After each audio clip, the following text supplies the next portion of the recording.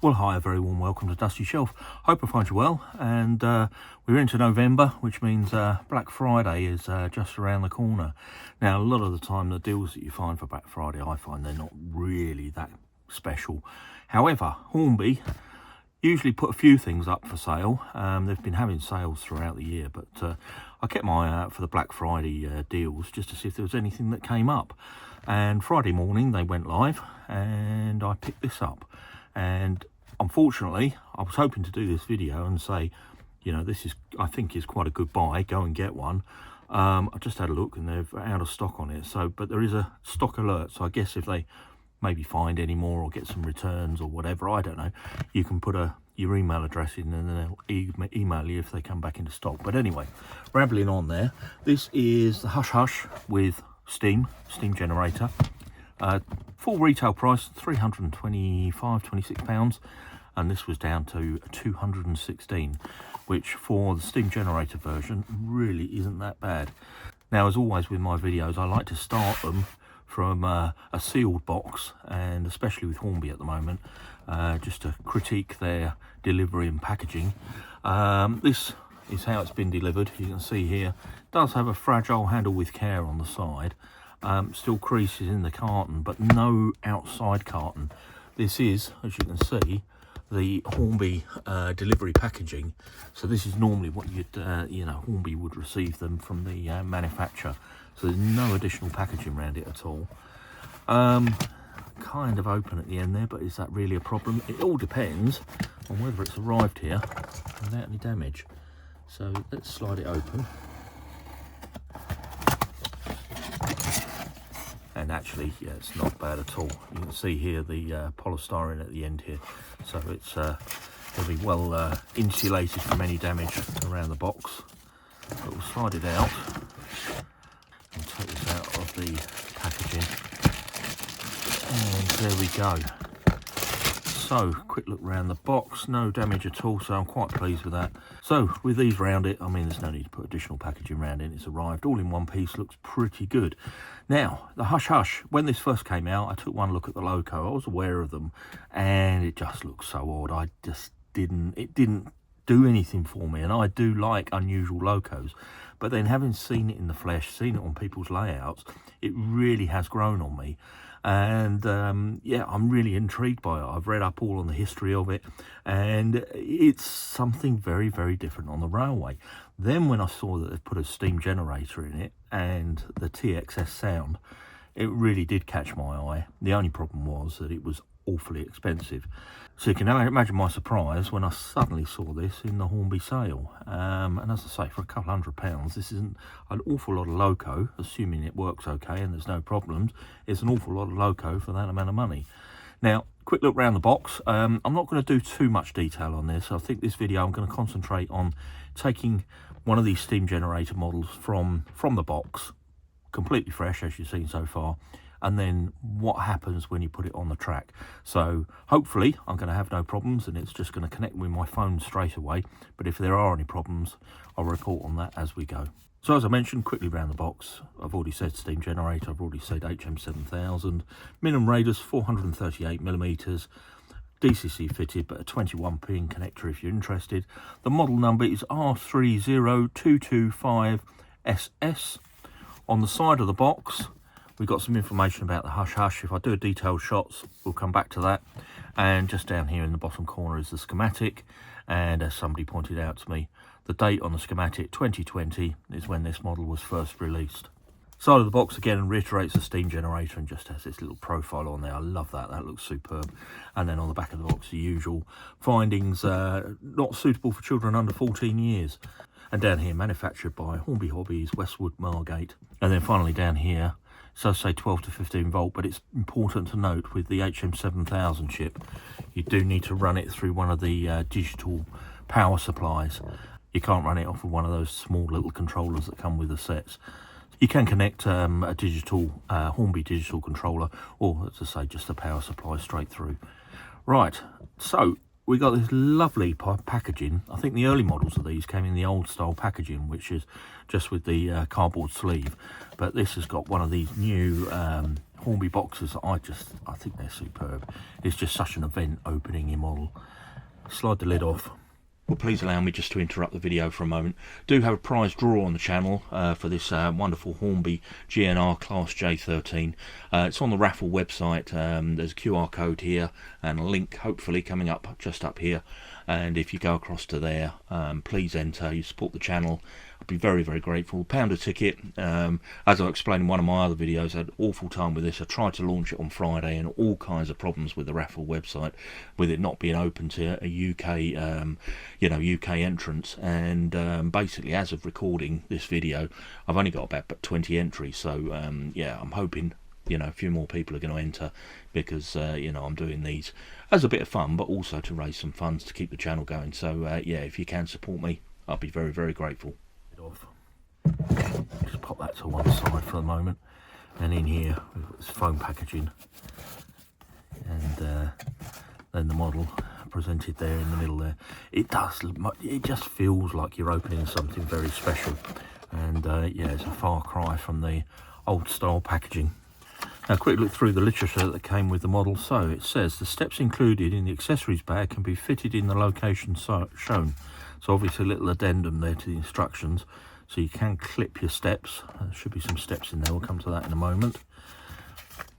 The instruction book for the steam generator and the loco. Right, so we have lubrication points on the mechanism, on the bearings, DCC decoder replacement. Hopefully I'll never have to do that. So removing the coupling, lift the tender lid off, and then the 21 pin decoder is just sitting there in the tender. The accessories we've got. So accessories, it says in the accessories bag supplied with your Class W1 you will find 1 a brake rod, 2 a rear vac pipe, 3 a front vac pipe original models only, 4 a front vac pipe rebuilt models only. So I don't know whether you get one or the other or both in each set. You get number 5 as a coupling. The same with the drain cocks, 2 separate items in here. You've got the original models and rebuilt models, so I'm not sure which is whether you get both again or just one of them. We'll find out in a moment. Number 8, the steps for original models only, and the flange trailing wheel set. So this will come with a non-flange running set, and if you want to display it, you can change those out and put the flange wheels on, but we'll talk about those in a moment. And then to go with the accessories, the schematics over here, we've got the brake linkage there, vac pipes onto the back of the tender. We've got vac pipes on the front of the loco here, and the NEM coupling to go in the NEM pocket on the front there. Got 2 sets of drain cocks, so I'm assuming it does come with both of these, and you choose which one you wish to fit. We'll go through the history of the modified and original, rebuilt and original, sorry. And then at the back here, it shows the wheels, so obviously with 2 wheels underneath the cab.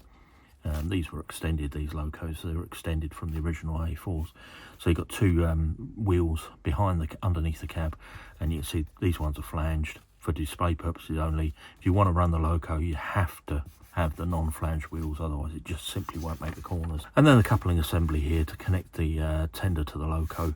It's the push fit coupling. Now I really like these. I do worry about their longevity because there's a tiny little ball socket here, is prone to, I'm guessing, prone to breaking off, but I've not broke one yet, and I can be quite heavy-handed with the models, so I do actually like those. They work quite well. Okay, steaming the loco, we've got reservoir filling in through the top there, a little hole that you can fill the water up with. It says do not exceed the reservoir maximum capacity of 5 millilitres, although the first time you use it, you will have to add a little bit extra, in my experience. Yeah, it does say here, when filling the reservoir with the water for the first time, add 5 millilitres. If no steam is emitted after running a test and activating F1, then add another 5 millilitres. So, yeah, you may have to top it up. Fill the reservoir, you just pop it in the top there. We'll come to that when we actually do it. And then on the other side, a little advert here for Hornby. It's Connect with Hornby, the engine shed. It's their YouTube and social media site. Still another information here about television suppression. I'm just so surprised to still see that in the instructions in this day and age. And then the all-important bit at the bottom here, you've got the safety notices, and then finally the Locomotive is made to exacting scale standards and therefore necessarily incorporates small, delicate, protruding parts handled with care. I didn't touch on this bit at the front here, but this is just the same instructions that Hornby have been printing for I don't know how many years, but the general model instructions, running tips and general maintenance. And the other instructions that come with the Loco here are specifically for the HM7000 chip. Now, if you're not aware, this means you can operate your Loco from any Bluetooth device. So basically your phone, your tablet, install the app. Basically this then tells you how to connect to the Loco. And as I say, I'm going to try and do that live. Hopefully no issues on how to connect this into the app. And then all of the controls, the sound, the smoke, and or the steam generator and the motion of the Loco are all controlled with slide buttons and push buttons on your phone or your tablet. Over the page here, because it's digital, you've got all your CV codes here, so it tells you what each of the CV codes and what operation they do. So we've got the steam on and off, we've got the whistles, we've got the brakes, we've got the guards whistle. There's all the different sounds and functions on there, and the function chart and all the CV codes for them. And down here a little bit more involved, the CV numbers, but also the value ranges that you can adjust. Now I have played with these on some of the other steam generator models to try and get more steam out of the chimney. You can play with the codes a little bit to try and bring on some of the functions, but yeah, I don't think it's recommended. I mean, generally you leave those as they came. And there's just more instructions here about how to use the system. Personally, and I've said it before, I find these instructions quite confusing, but that's just me. Right, well, let's slide this out of the box. So we've got the outer packaging that slides off like so. Inside here, the little water absorbent sachet. I'll leave that in there because obviously we're going to put water in the Loco, and if there's any condensation, this will soak that up. Well, let's have a look at the accessories bag. Forgive me for not taking these parts out, but I really don't want to lose any of them. So we've got the brake levers to go underneath the tender. Now you can see here the drain cocks. We've only got one set of drain cocks, so if you remember in the instructions it said you either got the original or rebuilt. So we've got a pair of drain cocks. Same with the vac pipes. There's only two vac pipes in here, one for the front of the Loco, one for the rears. And then we've got one of the front sets of steps just here. The front coupling, there's another set of steps there, and then the two replacement wheels that go underneath the at the back of the Loco, just underneath the cab, which these are the flange ones for display. Now let's have a look at the model. Take this off and then it's presented to you. Actually, I'm just going to slide that out. That's the pipette for filling it with water. Oh wow, that is superb. That is absolutely superb. I am so impressed. It's certainly a strange looking thing, but as I say, it's really grown on me over the years. Let's slide it out of the packaging.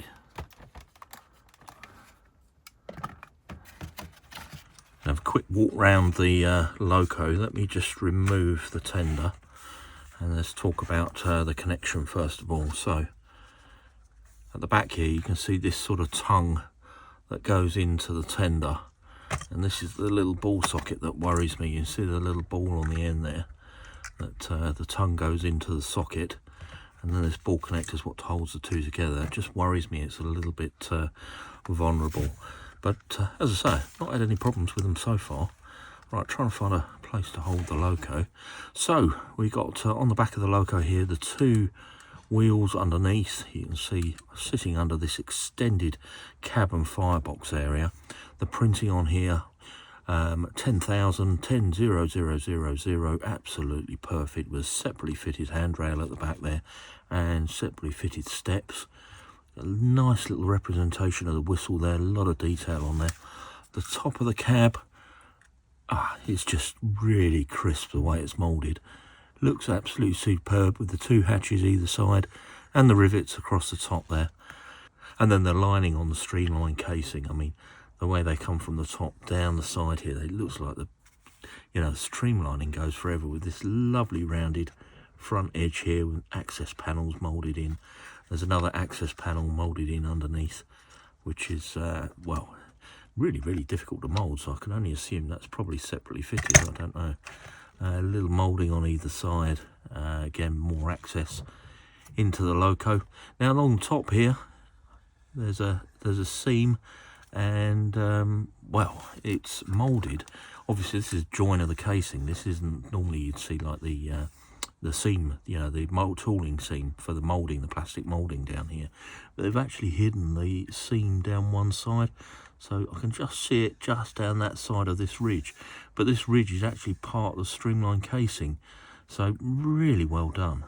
Very, very impressed with that, and impressed with the way the silver lines come up the side of the casing, and yeah, they just stop right on cue, just on that seam line along the top there. Really nicely done. Got a nice little detail added in the front here. Forgive me, I'm not quite sure what these are. I assume they're the whistles maybe. And then at the front, all the little valves on the side, these hand wheels, and all the pipe work. The motion looks absolutely superb. It really does. And the wheels as well, finished absolutely perfectly. Cylinders, the front of the cylinders with this silver on here, beautifully done, beautifully done. And then at the top here, this is where it's grown on me. When I first saw the shape of this loco, when it was first in the photographs, I thought, what on earth are they doing? Why are they doing this one?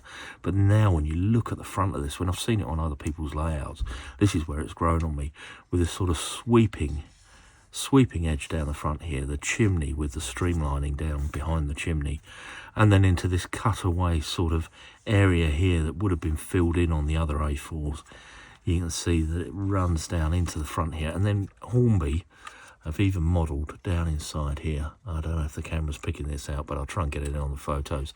There's actually a smoke box door, so this lid, as with much the same with the other A4s, the front of the train would lift up in order to get access to the smoke box for cleaning at the end of service. Here we've got this separately fitted handrail here, and hidden up behind the door there is the smoke box. Also down the side of the streamlined casing, once we do get to these smoke deflectors, you can see here the separately fitted handrail running all the way down the side. Little step on the front there and a works plate just on the edge of the smoke deflector. At the front, we've got our lamps fitted and another handrail running across the front, and modelled in plastic. It's not a metal handrail, that is modelled in plastic, but nevertheless, it really does look the part, and a couple of separately fitted handrails either side of the smoke box door there.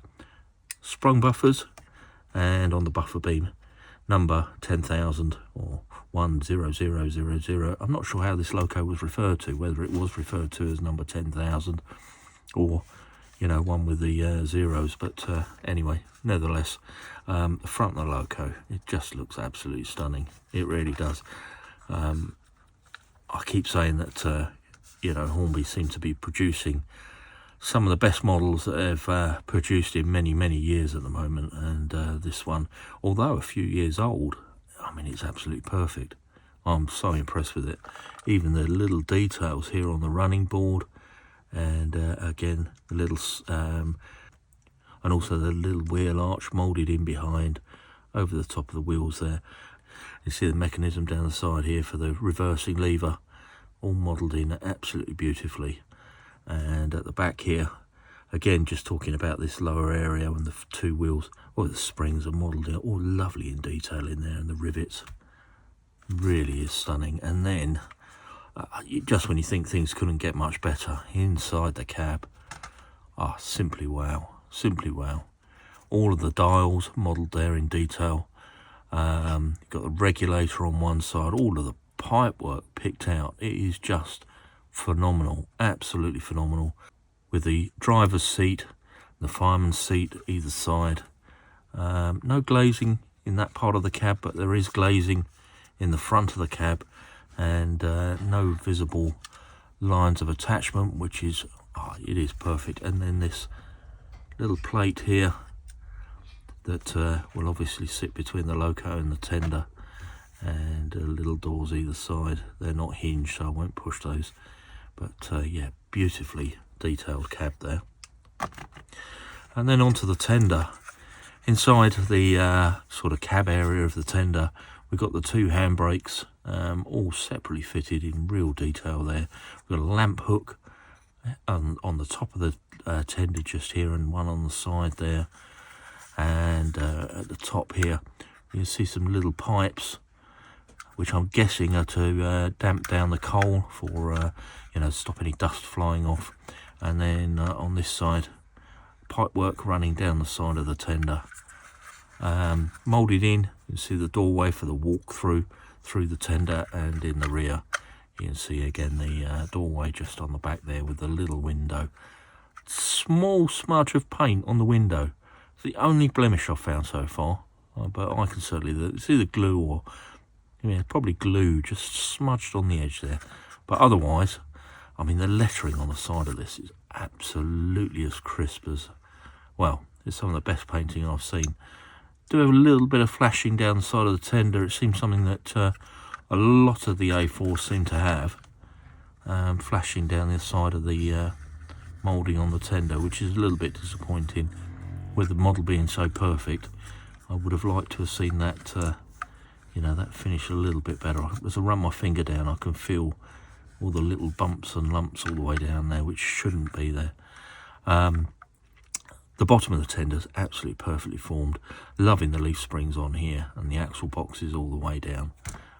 Looks absolutely fantastic. And you can see here the brake rod where you'd fit in the additional parts that come in the supplied bag. So apologies, I do stand corrected. I did say that they were the tender brake rods. They're not. They fit onto the Loco, as you can see here. And while we're underneath the Loco, just to point out, the traction jets or traction pipes to put sand down onto the rails just here in the middle, perfectly modelled. And then around the back of the tender, I've already mentioned the corridor door there, sprung buffers again, and separately fitted handrails. You can see one going right the way over the top of the concertina here, and the lamp irons, and there's also steps on the rear of the tender there. So all in all, absolutely wonderful. Now to the touch, it's a plastic tender, it's plastic bodied. The Loco isn't particularly heavy given its size. You know, if you compare it with one of the new 00 Locos, I mean, they are much, much heavier, but I will weigh this in a moment. But given the size of the Loco, the complexity of the mechanism, yeah, very, very pleased indeed. Right, let's pop this onto the scales. So the Loco itself, 323 grams.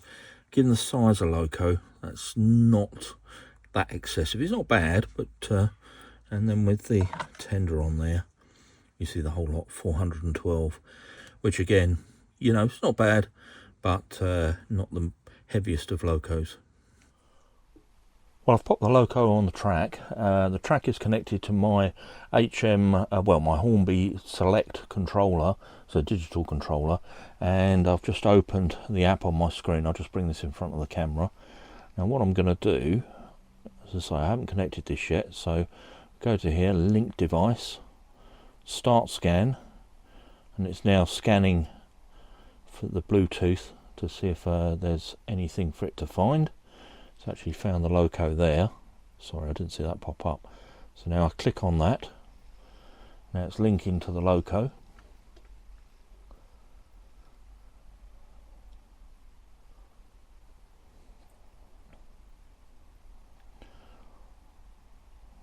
I'll just let this link. Can take some time, especially with a brand new Loco.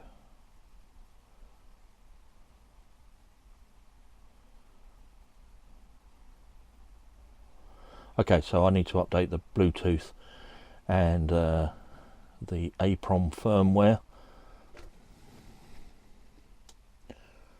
Start update. Okay, there we go.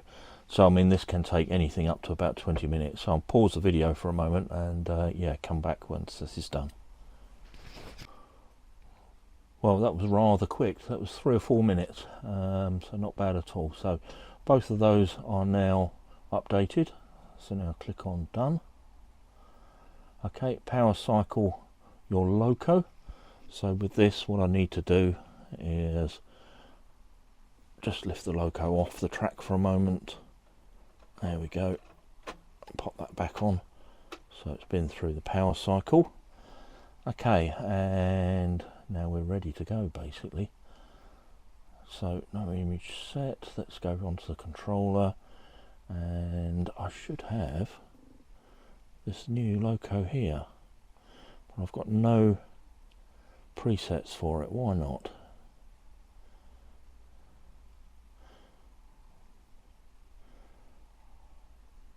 So without that working, let's go to manage device, browse profiles. Obviously it's lost the profile somewhere, so in here we need to find TXS. So TXS steam, this is where I've made a mistake in the past. That means steam train, that doesn't mean steam generator. What you have to do is go through these and you keep going across. Eventually you'll find some with steam generator after them. So you've got the Flying Scotsman there, we've got the Black 5 there, keep going, Flying Scotsman, the P2, here we go, W1 original. So that's the one that I want to load, and I'm going to install the locomotive profile now. 9 seconds remaining.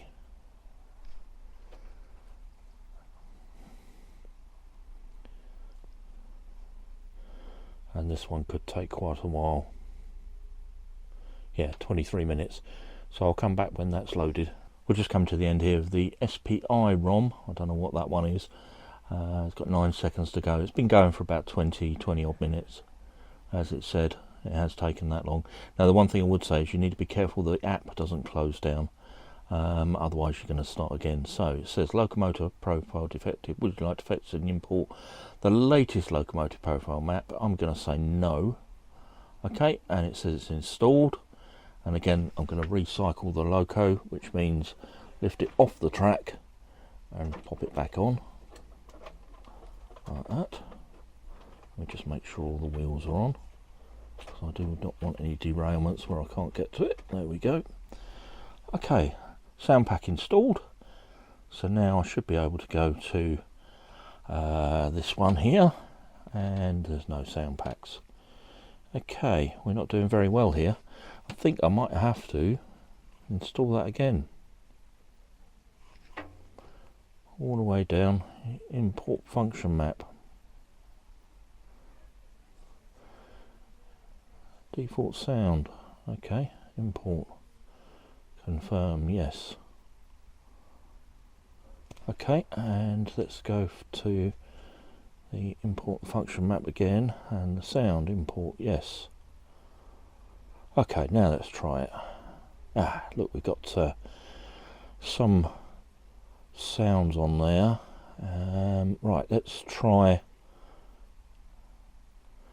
We don't have all the sounds on there. I think this is going very badly wrong.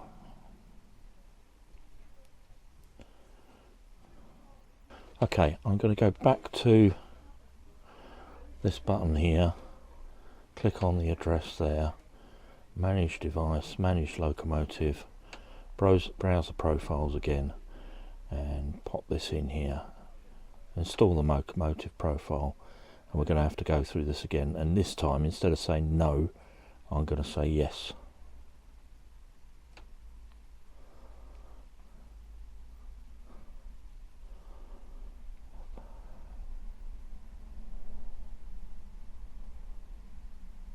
Yeah, 19 minutes. It's dropped to 15, so maybe it'll be quicker. About 20 minutes last time. There we go, 30 seconds to go until it's installed for the second time, so it's taken about 20 minutes again.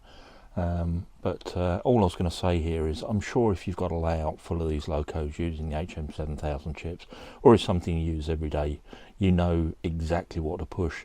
For me, and like most users, I use this very infrequently, so I always have the same trouble when I'm trying to connect a new engine. It never goes the first time round. So would you like to fetch and import the latest function map? This time I'm going to press yes. Okay, sound pack installed, dismiss. Tick that and cycle the loco. So off the track, make sure all my wheels are back on. There we go. And now I'm going to go across onto here and switch the sound on. Got no sounds. Oh, there we go. There we go. It just hadn't reconnected. Okay, so that's the sound installed.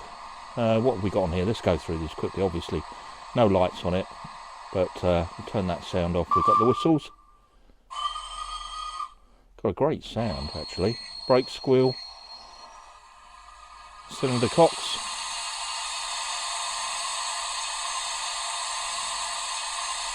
I'll just stop the cylinder cocks. You can hear the coal shoveling.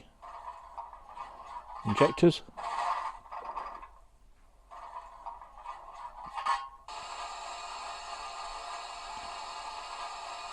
Fantastic sounds, actually. The safety valve steaming off. And then we've got page 2 as well.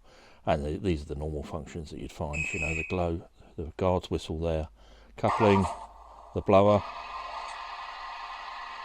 and yeah, various other ones on there. This is my favourite, the fireman's breakfast. There we go. So lots of sound functions to play with, and obviously the most important thing is the steam generator, but I'll need to put some water in that to start with. So I'm going to take my controller away now. Now, one of the things I have managed to do is the little filling hole is actually on the other side of the streamlined casing, so I'm going to turn the Loco round so the camera can pick up where I'm filling it. Right, I'll turn the Loco round. Before I put water in it, let's just see how it moves. Just apply a little bit of really well, actually. I love that motion.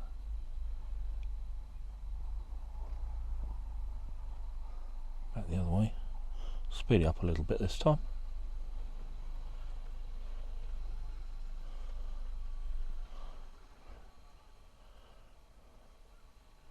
I tell you, that really does look the part. Okay, time to pop some water in. Right, so I've just filled my pipette up with 5mm of water. This is the filling point, so I'll just push that down there. And I'll load up the water into here. Now already it's much easier to fill than the Black 5. Fill the reservoir right up.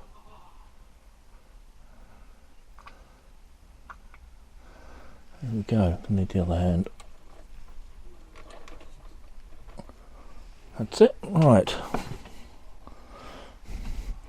Back to the app and let's turn the steam on.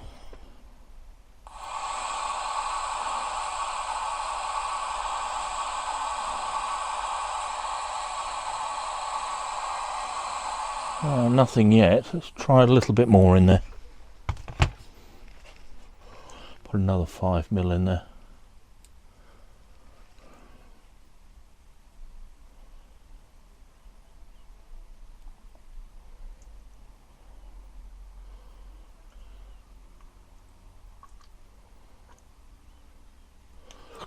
Alright, let's try that again. There we go.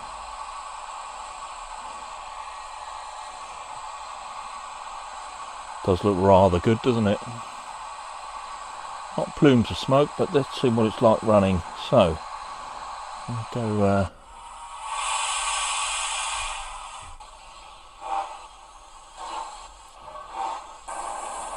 come back the other way.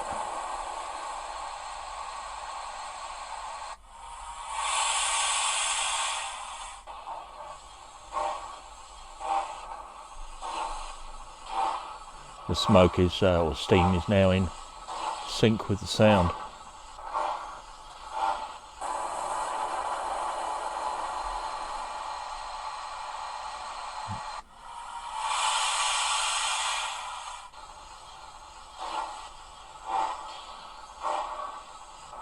Very impressed. Right, I'm going to send it off around the layout and let's see if what the steam looks like when it's running.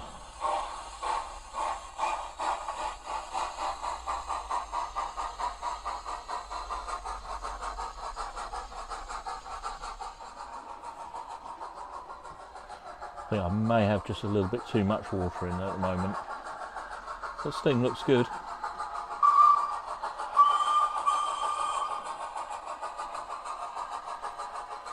Yeah, very pleased with that. It looks fantastic, and yeah, beautiful looking Loco. So, well, let me tell you a little bit about the Loco and then we'll give it a proper run. Well, unfortunately, the text on the Hornby box seems to refer to the Hush Hush in its rebuilt condition. So, in order to understand the Loco, I think we need to go back a little bit and understand what the Hush Hush, or the W1 Hush Hush, really was. The LNER W1 number 10,000, also known as the Hush Hush due to its secrecy, was an experimental steam locomotive fitted with a high-pressure water-tubed boiler. The working pressure of this boiler was 450 pounds per square inch, as opposed to 180 pounds per square inch for the standard Gresley A1 locomotives. Because of the high pressure, it necessitated a compound expansion. Steam was first supplied to 2 high-pressure cylinders inside and then fed to 2 larger low-pressure cylinders on the outside before going to the exhaust. The Loco itself was based on the Gresley Pacifics on a 462 chassis, although an additional axle was added to accommodate the length. This resulted in a 464 wheel arrangement, making number 10,000 the only standard gauge 464 tendered Loco to run on a British railway. The locomotive was completed at Darlington Works in 1929. It had a corridor tender and ran non-stop services from London to Edinburgh. Nevertheless, steaming was extremely poor during these test runs, and even with a number of modifications to the exhaust, the boiler and other parts of the Loco, performance never reached the standards of an equivalent fire tube boiler. Eventually it was deemed that no further progress could be made, so the locomotive was taken to Doncaster Works in 1936 and rebuilt with a conventional boiler and 3 simple expansion cylinders.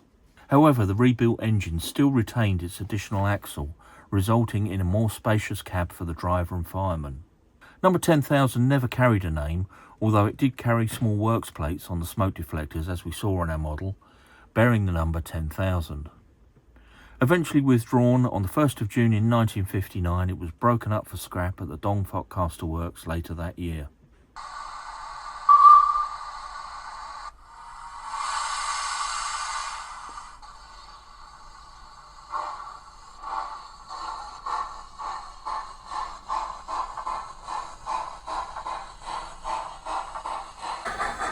I don't think this is one of my favourite things about these steam locos over there by my crash helmets, is as it goes round the layout you can just see the wisps of smoke appear over the top of some of the buildings and through the station.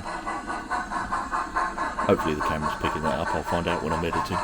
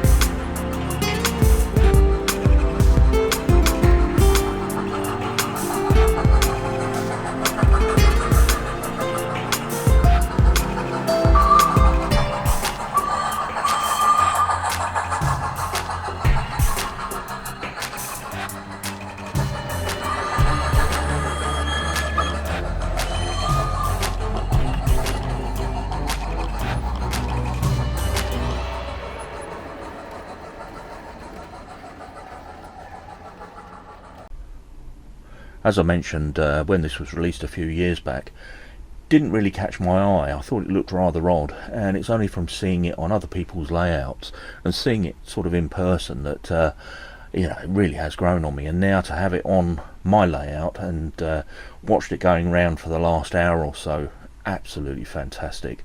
Love the Loco. It's got such a presence on the railway. Really big and strong Loco. It's been pulling these coaches around for the last, as I say, the last hour and a half. And with the steam generator and the sound, it just brings everything to life. It's absolutely wonderful. Now, it's not without a couple of issues. So in going around the track, the front set of wheels, they're lifting on some of the tight bends. I am running it on quite a tight radius, so I'm not really being overly fair on it. It probably would be better on this outside track, but the camera gets you know, gets too close to the camera and I can't get it all in shot on these bigger Locos. So I've run it around on a tighter radius. I've had one derailment in about an hour and a half, but the couple of points I just want to point out is because it's a fixed pony truck under the cab there with the two wheels, this rear set of wheels, when it is going around on these tighter radius, they really do hang out over the track. I mean, it really is noticeable. You might have seen it in some of the footage there. And the other thing which really drives me crazy is down the side of the tender here, this flashing. And Hornby seem to have this on all of their A4 models, or anything with an A4 tender, obviously this being the W1. But this flashing down the side here, it purely is the same tool being used for all of these tenders, and it just needs a good polish, I should think. You know, there's obviously something in there that the material is catching on. It's sort of drawing down the side here and giving this flashing, and I've had it on so many of these Locos now, it really annoys me. So I would like to see that addressed. But I love the front end of this. There's so much detail on there, a wonderful mechanism, and that's without mentioning the cab. Once you look inside the cab, I mean, it really is a lovely Loco, and yeah, I really enjoyed filming it. Anyway, I'll wrap this up. So if you enjoyed the video, please do give it a thumbs up, and why not check out the channel? Lots on there, and if you can subscribe, I'd be very grateful. With that, I'll leave this one there. Just say thanks ever so much for watching, and I'll catch you on the next one.